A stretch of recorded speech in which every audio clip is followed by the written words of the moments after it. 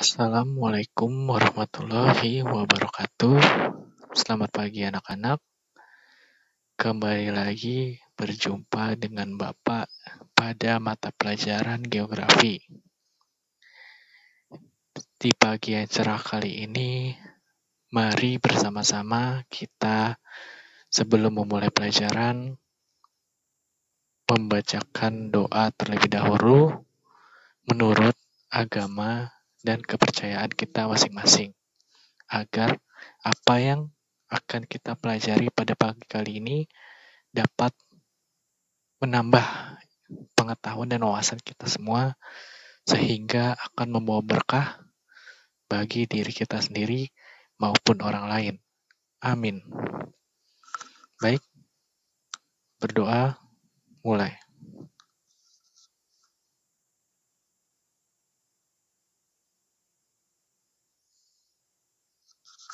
Amin. Berdoa selesai. Baik. Tidak pula lupa kita mengucapkan rasa syukur atas kehadirat Tuhan Yang Maha Esa, karena atas berkat karunia dan rahmat-Nya kita semua dapat berkumpul di sini untuk menjalani dan mengikuti pelajaran di sekolah kita hari ini. Pada kesempatan pertemuan kali ini, Bapak akan menjelaskan salah satu materi geografi yang berkaitan dengan makhluk hidup di bumi. Kita sudah mengetahui bahwa kita di bumi ini tidak hidup sendirian. Ada tumbuhan, juga hewan. Materi kali ini Bapak akan membahas tentang flora dan fauna, yang dimana berjudul Konservasi Flora dan Fauna di Dunia dan di Indonesia. Oke. Pada pembelajaran kali ini, Bapak mengharapkan di sini terdapat 3 poin. Yang pertama, kita mampu menganalisis konservasi flora dan fauna di dunia maupun di Indonesia. Yang kedua, diharapkan kita mampu membuat laporan tentang konservasi flora dan fauna di dunia dan di Indonesia. Nah, laporannya ini apa? Laporan ini itu nanti ada 2 ya. Yang pertama adalah laporan individu, itu berupa catatan pribadi dari hasil materi kita pada hari ini. Kemudian yang kedua adalah laporan kelompok. Nanti itu akan Bapak jelaskan di akhir penjelasan materi. Kemudian yang ketiga, kita akan diharapkan menyajikan laporan tentang konservasi flora dan fauna di dunia dan Indonesia. Nah, setelah nanti kalian membuat laporan, kalian juga akan diminta untuk menyajikan laporan kalian yang sudah buat di depan kelas. Kemudian akan diadakan sesi diskusi nanti. Kemudian, ini selain tujuan yang diharapkan, ternyata kita dalam mempelajari materi pada kali ini, anak-anak, mohon perhatiannya. Mempelajari materi pada hari ini terdapat 4 poin manfaat bagi kita. Yang pertama, kita dapat mengetahui berbagai jenis flora dan fauna di dunia dan Indonesia. Yang kedua, kita dapat memahami faktor apa saja sih yang mempengaruhi persebaran flora dan fauna di dunia dan di Indonesia. Kemudian yang ketiga, kita mampu menganalisis ciri flora dan fauna yang tersebar di dunia dan di Indonesia. Yang keempat, menambah wawasan kita terhadap berbagai konservasi atau lokasi atau tempat habitat flora dan fauna di dunia dan Indonesia. Oke, selanjutnya kita langsung masuk kepada apa saja sih faktor yang mempengaruhi persebaran flora dan fauna di dunia. Ternyata di sini terdapat 4 faktor yang mempengaruhi flora dan fauna di dunia dan di Indonesia. Baik, untuk pembacaan 4 ini coba saya minta bantuannya itu yang di belakang. Ya, ya itu kamu yang dari tadi nunduk-nunduk aja.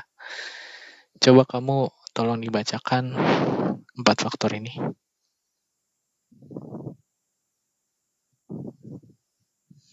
Ya, baik. Terima kasih. Oke. Selanjutnya ini persebaran flora di dunia. Nah, ini ada contoh gambar petanya persebaran flora atau tumbuhan di dunia. Kalian bisa melihat sendiri. Kemudian nanti akan dibagi menjadi 6 jenis. Yang pertama ada hutan hujan tropis. Hutan hujan tropis ini memiliki 6 karakteristik. Yang pertama, mataharinya bersinar sepanjang tahun karena dia berada di iklim tropis. Kemudian ada curah hujan yang tinggi, terdapat kanopi atau drone satu.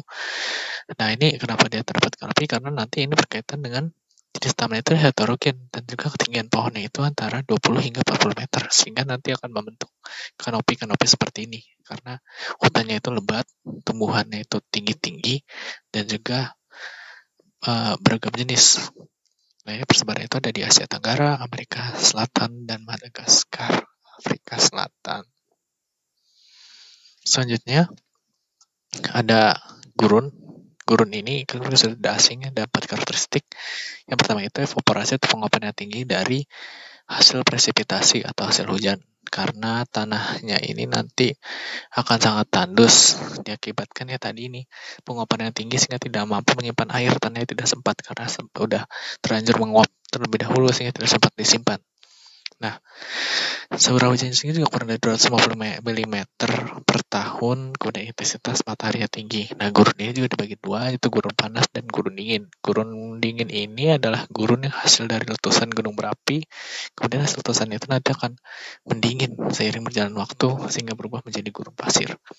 Nah, ini persebarannya di Australia, Asia Barat, atau yang kita kenal dengan Asia Barat ini Timur Tengah ya, daerah Timur Tengah. Kemudian untuk selanjutnya ada di Afrika Utara. Dan ada sabana. Nah, sabana ini padang rumput. Ini memiliki 6 karakteristik. Yang pertama itu curah hujan rendah, sekitar 200 mm per tahun. Kemudian tumbuhannya ada xerophyte atau rumput-rumputan. Dan ada hewan yang ada di dalamnya itu terdapat jenis herbivora karena banyak sekali rumput-rumputan. Terdapat pada daerah beriklim tropis. Tumbuhannya tersebar secara berjauhan. Kita lihat di gambarnya berjauhan yang berjarak antar pohon. Kemudian bulan basahnya hanya ada sekitar 2 hingga 3 bulan. Persebarannya itu dari benua Afrika, Amerika Selatan, dan benua Australia. Nah, ini ada stepa. Nah, siapa yang tahu? Stepa ini hampir mirip ya dengan sabana. Ada yang tahu perbedaannya apa? Ya, kamu. Ya, betul sekali. Stepa dan sabana ini perbedaannya tadi. Karena di sabana ini, dia ada tumbuhannya. Pohon jaraknya berjauhan. Dia bisa ada tumbuhan. Tidak hanya rumput saja, bisa ada tumbuhan. Namun untuk di stepa ini, dia murni rumput dan belukar. Kita lihat di gambar, tidak ada pohon. Ini belukar dan semak semua isinya dan juga jaraknya rapat-rapat. Ini persebarannya ada di benua Afrika, Amerika Serikat bagian barat, dan di Australia, Argentina, dan Amerika Selatan. Kemudian yang selanjutnya ada hutan gugur. Ini seperti yang ada di film-film. Di film-film mungkin kalian sudah tidak asing lagi melihatnya. Ini ada 7 karakteristik. Pertama itu merangga satu gugur pada musim dingin. Temperaturnya itu sekitar 22 hingga minus 17 derajat Celcius. Curah hujannya juga sedang, tidak merata. Dan dominan tumbuhan berdaun lebar. Tumbuhan bertumbuh tidak terlalu rapat dan heterogen. Tumbuh di tempat yang punya iklim sedang. Dan tumbuh di daerah yang memiliki 4 musim. Ini persebarannya pada umumnya berada di negara-negara subtropis, yaitu di Eropa Barat, Asia Timur, Eropa Tengah, dan Timur Laut Amerika. Ini ada tundra. Tundra ini dia hampir mirip dengan kutub ya. Dia itu ada di sebelah belahan bumi utara. Nah, ini ada 5 karakteristik. Yang pertama, curah hujannya itu kurang dari 250 mm per tahun, didominasi oleh semak, lumut, jarak, dan tumbuhan teki. Rata-rata tumbuhan yang mempunyai warna yang mencolok dan pendek terdapat di wilayah Arktik. Arktik itu di atas, di bagian utara atau dekat kutub utara. Pada musim panas, suhu maksimal itu bisa mencapai 15 derajat Celcius. Kemudian untuk suhu pada tundra mencapai minus 57 derajat Celcius. Persebarannya di kawasan selatan di kutub utara, Alaska, Eropa, Siberia, dan pegunungan Alpen.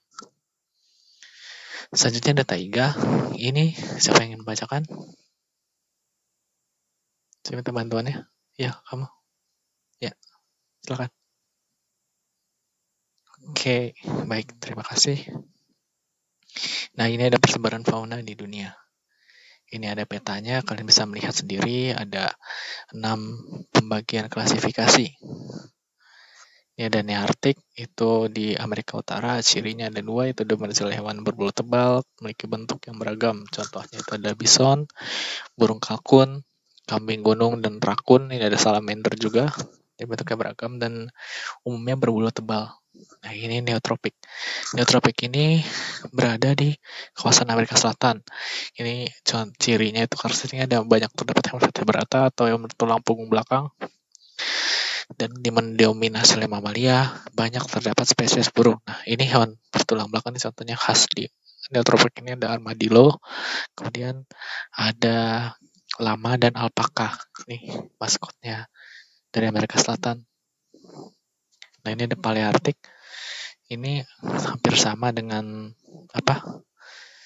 Nearctic itu, dia karena memiliki di satu garis lintang yang sama di bagian garis lintang atas.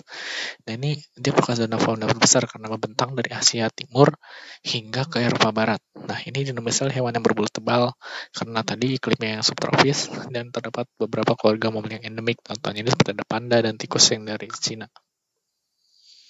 Nah, ini ada Ethiopian. Nah, Ethiopian ini seperti namanya, ini berada di kawasan Afrika. Memiliki cirinya itu ada memiliki fauna yang beragam, didominasi hewan yang mamalia besar, memiliki banyak kesamaan dengan wilayah oriental karena wilayahnya bersama dan berdekatan. Contohnya ada gajah, zebra, jerapah, singa, cheetah, dan hyena. Ini ada wilayah oriental atau Asia. Terdapat banyak jenis primata, terdapat berbagai jenis ikan air tawar, terdapat banyak hewan mamalia besar. Contohnya ada ikan Jepang tadi, ikan tawar ya, ikan air tawar, ada arwana, kemudian ada banyak jenis primata, ada orangutan, ini ada namanya siamang, iya, siamang itu namanya. Nah, ini lutung namanya nih, ini primata. Terus ada harimau juga tuh mamalia. Ada Australasian, ini seperti namanya ini berada di kawasan Australia, didominasi oleh hewan mamalia berkantong, dan terdapat spesies burung yang berbulu indah, terdapat mamalia bertelur. Nah, ini contohnya burung kasuari, cendrawasih, ada mamalia bertelur itu platypus, dan ada berkantung itu kanguru. Persebaran flora dan fauna di Indonesia itu ada 3, itu berdasarkan ini petanya, berdasarkan garis Wallace dan Weber, kalian bisa melihat sendiri. Nah, ini siapa yang ingin coba membaca? Oke, silakan. Baik, terima kasih. Kita next slide. Nah, ini sama seperti tadi, di bagian barat Asiatis, peralihan, dan Australis. Barat itu dia didominasi oleh hewan-hewan mamalia besar, primata, kemudian juga terdapat jenis ikan air tawar yang beragam. Kemudian untuk di peralihan ini, umumnya hewan-hewan endemik Indonesia seperti anoa, tapir, maleo, dan burung julang Sulawesi. Dan untuk di timur ini, dia hampir sama seperti Australis. Ini ada hewan-hewan yang burung berbulu indah, dan hewan-hewan yang berkantong, dan mamalia kecil juga. Contoh itu ada kuskus, kanguru, cendrawasih, dan kasuari. Oke, sekian presentasi penjelasan dari saya. Apabila ada pertanyaan, silakan. Atau mungkin ada sanggahan. Nanti ini saya minta kepada ketua kelasnya dibentuk kelompok, total berdasarkan total murid di sini ada 40 ya. Ya, oh iya betul. Kemudian nanti kita akan temuan selanjutnya akan kuis ya, akan saya berikan secara lisan, kalian secara berkelompok akan menjawab bekerja sama. Nanti setiap kelompok akan memiliki poin nilai masing-masing. Poinnya terbesar itu nanti akan saya beri nilai tambahan. Kemudian juga nanti ada penilaian individu. Nanti siapa yang nilainya paling besar, yang paling aktif, itu nanti akan dapatkan hadiah dari saya. Kemudian tentunya nanti setelah kita melakukan kuis, mungkin nanti ada proyek tambahan, kalian membuat seperti mading. Nanti 4 kelompok itu ada flora Indonesia, flora dunia, fauna Indonesia, dan fauna dunia. Itu kalian jadi 4 kelompok itu membuat seperti mading dari karton, kalian gunting, terus mau print foto itu kalian tempel di karton itu. Selanjutnya kalian jelaskan, deskripsikan di situ. Oke, kurang lebihnya mohon maaf. Jika tidak ada pertanyaan, saya tutup sekian sampai di sini. Wabillahi taufiq wal hidayah. Wassalamualaikum warahmatullahi wabarakatuh.